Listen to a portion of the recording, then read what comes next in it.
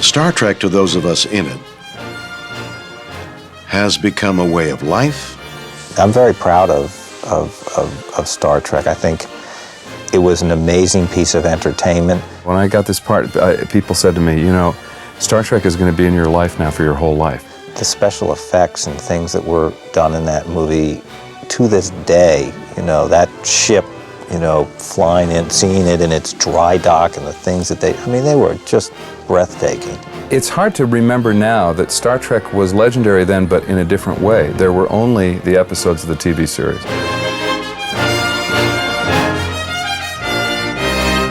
Star Trek: The Motion Picture is perhaps the first movie made because millions of fans demanded it.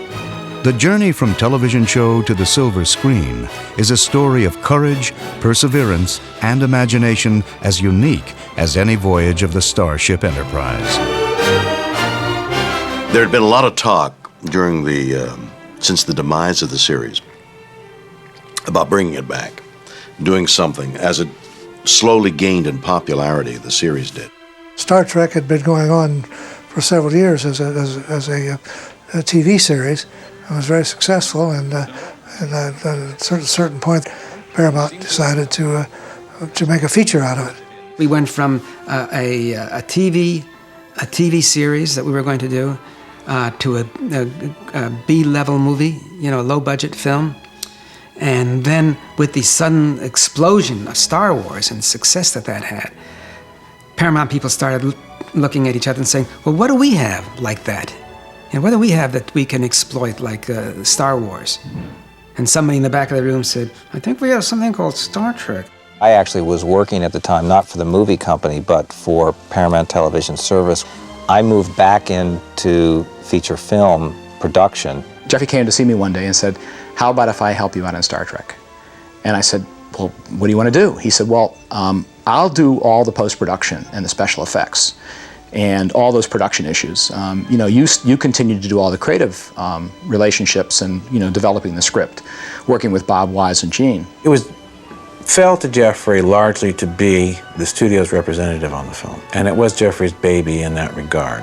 He's a very passionate person, and he, I think, embraced making that movie almost like as a love affair, as a director does. My job was to sort of corral everybody and, you know, supervise the development and you know, try and get a team put together to make the movie. But putting together that team was not as easy as it appeared.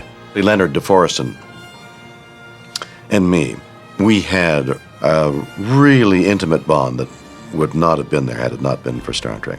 I was shocked that Leonard didn't want to be in it. They wanted everybody, all the originals back. One of the problems we had was with Leonard Nimoy, who said he's never going to put these ears on again, you know. So the first script that we had on it, that Alexei and me didn't have the Nimoy character in it. To relaunch Star Trek and not, you know, have Leonard Nimoy is to buy a car and not have wheels. It just seemed impossible and illogical. We had to go to see him and talk to him about it and convince him it was the thing to do. I was, I guess, sort of given the mission of trying to at least open the doors or make the first approach to it. And the only thing that I, you know, remember in the details is being in a restaurant in New York City on my knees begging. I offer my services as science officer. So the only one that that I was involved in terms of casting was Steve Collins to play Decker. Every young actor in Hollywood had been up for the film and had really been dying to get it. And I think it really helped me get the part because I walked in for the meeting and, you know, it was just a part to me. I mean, I was much more interested in meeting Robert Wise than I was in the thought of doing Star Trek. I think I made a test of Steve and decided he was the best one to play Decker and be in the film. I read for Bob, and by the time I got home, they'd made an offer. It was lightning fast, and I think we were shooting within 10 days. Hello, Ilea. Dick. Persis Khambatta had already been cast for the role before I came on it. Stephen Collins and Persis Khambatta, I thought, were wonderful in the picture. And, you know, the two of them kind of stood in contrast to the original cast. Persis was very, very sweet, obviously incredibly beautiful, a very gentle person who I think was a little overwhelmed by Hollywood. One of the big emotional times when we had to take her over to makeup and get her hair all taken off, you know, because she was bald in the film. And it was very emotional. She was almost crying as this lovely black hair was chopped off and she was finally scraped down into having a bald head. She had to come in every morning, and it took about an hour and a half to 2 hours to make up her head, because all that skin had to be made up. Plus they had to shave it back, and she was always patient, always just a real pro about that very difficult process.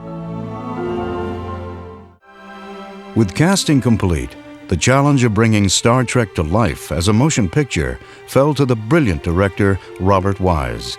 Bob is the kind of director that works subtly, doesn't say, now here's what I want you to do. He generally allows you to find it because he has worked on the script long enough to get the script good enough that it becomes actor-proof. The opportunity to work with Robert Wise will always remain a high point in my career. I think what Bob brings to a film is that he inspires people to do their best work they possibly can do. I'd say the word savior would be the word I would kind of comes to mind. You know, Bob, who came with, you know, just extraordinary credentials and, you know, and expertise is what really made it into a movie. With a reunited cast, led by a visionary director, almost everything was in place, and spirits were high as production commenced. We had 2 acts of a 3-act screenplay. Literally, we had 2 acts of a 3-act screenplay. In order to make the release date that they wanted at the end of the year, we had to start shooting on the film before we had a final script all the way through. Any man who had managed such a feat, I would not dare disappoint. When I started on the film, we got all the cast together on the spaceship and the cabin there, and I said to them, I'm very pleased to be here and in the midst of such legends. I like the idea of the reunification of the old crew, and I think I wrote a couple of good scenes. The day we actually got on the set, it was really one of the most remarkable moments I've had in this business and certainly in my career. Kirk comes out of the elevator, and Uhura, Sulu, and Chekhov run forward to him, you know, beaming. This was just an amazing moment. I thought, my God, this is really happening. If you look at Star Trek the Motion Picture, you see that each one of the actors is given his moment as he comes back in. Why, it's Mr. Spock. And that was something that was deeply, deeply important to Gene. I always felt like I was playing with somebody else's bat, ball, and glove in someone else's neighborhood, you know? Because Star Trek was theirs, and I was this sort of invader. And some of that really helped in terms of the part I played. And because I was supposed to be this outsider who they had to have along on the trip because Decker knew the ship now better than Kirk did. Stop competing with me, Decker. Permission to speak freely, sir? Granted. Sir, you haven't logged a single star hour in 2.5 years. That plus your unfamiliarity with the ship's redesign, in my opinion, sir, seriously jeopardizes this mission. I trust you will nursemaid me through these difficulties, mister? Yes, sir, I'll do that. Many of the people involved with it had a long history with the project from the TV show and had certain conceptions of who their characters were and what their various roles should be in the film. Leonard is very imaginative, very creative, and I had had my hand in writing at that point. And so we were in on some of the story meetings. The actors all had their own idea. They'd been playing these roles for so long that they'd read the pages as they came up and say, well, I wouldn't say this, or I'd say that. So we had to keep rewriting, till we finally got a version each time that all the actors were agreed with. I was getting so many changes every day that we had to put a time on them, not just the date, but a time. Leonard would come to my house at 9 o'clock after dinner every night, and we'd go over the next day's pages. Leonard, I think, was the creator, certainly, of the tear sequence, a single tear. Leonard also helped substantially in the creation of the very short scene that explained V'ger's point of view, where he said, V'ger must evolve. Its knowledge has reached the limits of this universe, and it must evolve. What it requires of its God Doctor is the answer to its question, is there nothing more? For Star Trek to make the leap from a television program to a major motion picture, the filmmakers would have to create a whole new enterprise. When I came on, these TV series had these little tiny kind of models for the spaceship, and that's one thing that bothered me, and I said now that we were going on the big screen to make a feature on it, we needed to have a good full-size model, so they made a model of the exterior of it all. I think it was about 9 feet long, big enough that I could take the camera, go around and deliver it, go around, shoot around, and go out and shoot this part of it and that part of it, the other part of it, because I had a big enough model. I think I would have built them at a little larger scale than they did. It would have been much more comfortable shooting. We had to commission a special periscope lens system in order to get the lens close enough to the model to get the angles we wanted. So the periscope was about 3 feet out in front of the lens to kind of sneak in under the nacelle or between the wings or whatever and get the angles.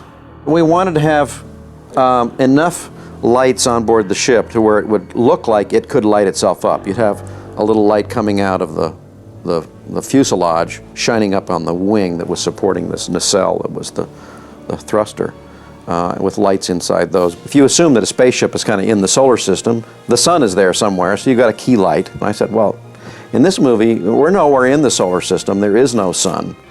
And the source of illumination, I think, has to be the Enterprise itself.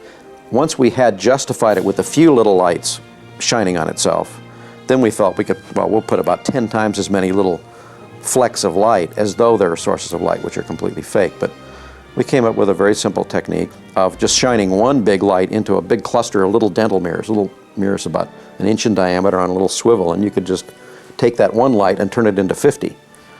And so it gave all these little flecks, which gave it scale, because there's no one big light, there should be hundreds of small lights. As filming continued, the look of the movie, achieved through production design and cinematography, would be key to the film's success. Harold I had worked with on a number of films before as a production designer, along with Morris Levin I used many times. So when the chance came to do the show, I brought Harold on because I had experience with him and I knew he'd do a very good job. Because there was a time limit, there was a release date. I had a design for this while they were writing.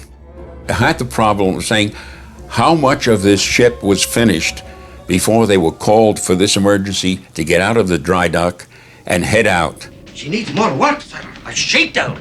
Mr. Scott, an alien object of unbelievable destructive power is less than 3 days away from this planet. The only starship in interception range is the Enterprise. Ready or not, she launches in 12 hours. I designed a clear plastic or plexiglass engine, so I didn't know what the power was that was powering this thing, and they put this lighting in it, and I had a long tube going back towards the tail of the ship. I went ahead and made it in forced perspective, which means smaller and smaller and smaller. There was a ramp on the side where we had a 5-foot man and 3-foot a young boy, and so it looked much bigger than it was. When this film came up, my first thought was to get Dick Klein on to be my cinematographer because I'd liked working with him so much on the Andromeda Strain. We didn't have the tools of the trade that now exist that make it much easier to do a film in a confined area. Nobody really knew what post-production was going to do. They didn't know either. They were magnificent in developing whatever they did under the circumstances, but we had to put reactive lighting on people. If it was a flaring effect, we'd have to put, to make it look natural, a reactive light on the set or the actors. So we were really guessing a lot of that. It was my first encounter with blue screen. You have to somehow communicate that which the audience would see, and they are assuming that you're seeing it. You're not seeing anything. It was very difficult. They had to look at this view screen and there, and I didn't have anything on it to show them. So I had to talk them through it. I had to describe what I thought was going to be on that screen so they could react to that. You had to depend an awful lot on what Mr. Wise would be telling you was happening, or what you were supposedly seeing. They would take a piece of paper and they'd say, okay, here's the monster. Monster's right over here, over your right shoulder. We'd be looking at an X, you know, on a light stand. Somebody would just tape an X like that. Look there, and someone might be moving it around so that our eye line would change, you know, like this. Now, when I snap my finger, look at it as though it's going to eat you. Now, we don't know exactly what it looks like or how it's going to eat you, or what it says or what it does and how it looks, nor how it blinks its eyes, nor where it moves its legs and its arms and its ears. And it really doesn't have ears, that much we know. So, react. That's acting in a science fiction film. The fact that also there was a lot of silver in the set made it very difficult because of the reflectiveness of it. It would pick up the blue screen. And so that's why we would have it lock off, shoot the actors in front of the blue screen, and then turn off the blue screen so that Doug Trumbull and his group could now, I guess you call it rotoscoping in this case, where you could actually now frame out the bleed, if there was a bleed, of the blue screen coming through. Vídeo itself was a challenge too, because it didn't have a lot of life to it. It really was a static object. We had to add life to it, and it was done through the acting and Bob's direction and different colored lights we used to make it interesting. With film production already underway and the release date set in stone, all the filmmakers needed was an ending. We had trouble solving the end of the picture. We really did want to do something that was very big and very special and took us to some place that was new for features. There's some place that Star Trek could take us that was unique to Star Trek. I think it was me who solved the jigsaw puzzle. And I said, if we do this, then we get there, and we go there, and then we get this. And Leonard said, that's great. You got to tell it to Bob Wise. So we immediately asked Bob to leave the set, come into an office, and I performed this idea now the second time. And I said, if we do this and we do that, we get that, we get that. And Bob said, that's great. Now you've got to do that for Gene Roddenberry. So sometime later, we got Gene Roddenberry in the room, and now I'm about to do my third performance of the day. I must have been tired because I was doing another performance on screen, because I didn't do it quite as well, and it wasn't quite as impressive to Gene as it had been to Bob and to Leonard. Gene said, well, I don't know, I've got to think about that. And he thought about it long enough so that he didn't do it. Whatever it was, I've forgotten what it was. The creator line was in there, had been in there all along. The feature wants to was seeking its creator. I came up with the notion that it was trying to catch its creator, that it wanted to evolve, its consciousness and join with the creator. Each of us, at some time in our lives, turns to someone, a father, a brother, a God, and asks, why am I here? What was I meant to be? Vidra hopes to touch its creator. With time running out, and to make the film's delivery date, the production schedule was tightened. Bob Wise was under pressure. The actors don't really feel that pressure, and for two reasons. One is it isn't their job, and secondly, it really is the job of management to keep that pressure away. We had to push like mad to get the film done. Bob Wise is a brilliant director, and he knows exactly what he wants. And by the time I came along, the movie was almost finished. The bulk of main unit shooting had been completed, and even a lot of shooting on effects sequences had been performed, kind of waiting for post-production. Somebody finally sat down, I think it was me, with Jeffrey Katzenberg and Lindsley Parsons and said, there's only 280 working days left if we work Saturdays and Sundays, and there's 525 shots. What do we do? There was nothing to cut to. There was no way to get out of it because he expected the shots to be there. The actors had reacted to a blue screen, and so it was, imagine, if you will, on the screen, something happening, and then react to it. So we had all these great reactions, people swallowing a lot, or blinking their eyes in awe.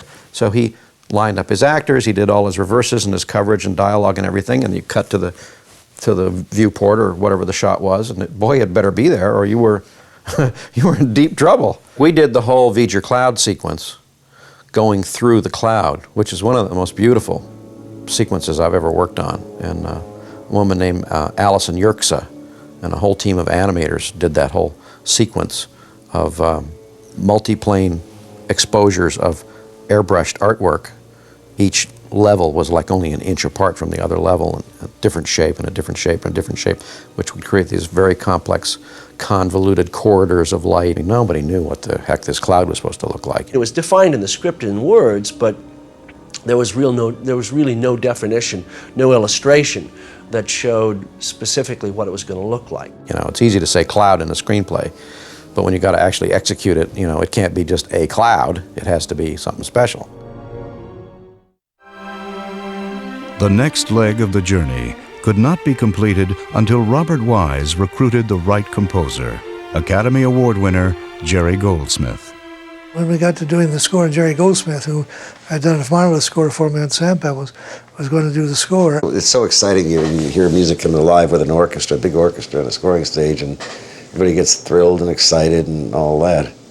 And Bob was mildly, and he smiled, and I listened to the first couple of pieces, and it didn't seem quite right to me. It seemed like I got visions of sailing ships somehow. The scene of the flying up to the Enterprise was a big bombastic piece, and we all thought it was so wonderful. And to finish the sessions, and I'm patting myself on the back, and everybody's patting, it's great and all that. And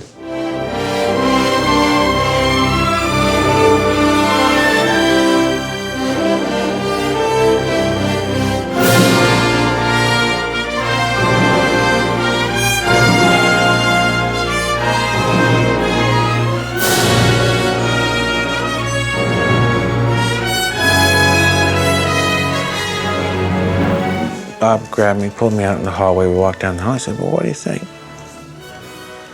And I could never lie to Bob. I couldn't get away with it even if I wanted to. I mean, it's impossible. So I said, well, I think it sounds like, sailing ships. And he says, well, I think it sounds like Conestoga wagons. What do we do? And he couldn't really articulate what was bothering him. He instinctually knew what was bothering him, but he couldn't say what was bothering him. So I said, we got to do that all over again. And so I was crushed. Those were pretty frightening moments. Those are the type of moments where if you were going to start having a breakdown, that's when you were going to start doing it. I said, well, what's bothering you? And he finally said, there's no theme. And I started thinking, theme? Oh, there's a love theme. I'd written the love theme. But I mean, there was no Star Trek theme. And I said, oh. Yeah, when we took a little break and Jerry went away, and while we were doing some more work on the film, and then he came back with his revised score. He'd come over to the house and he had a bad day of the special effects, and he says, I've had a really bad day today. He says, nothing's working right. I hope you got good news for me. So I remember the head of the music department at Fox, at Paramount, was there then. And we had rehearsed this, and I had two pianos in the living room, and we played it for him on the two pianos.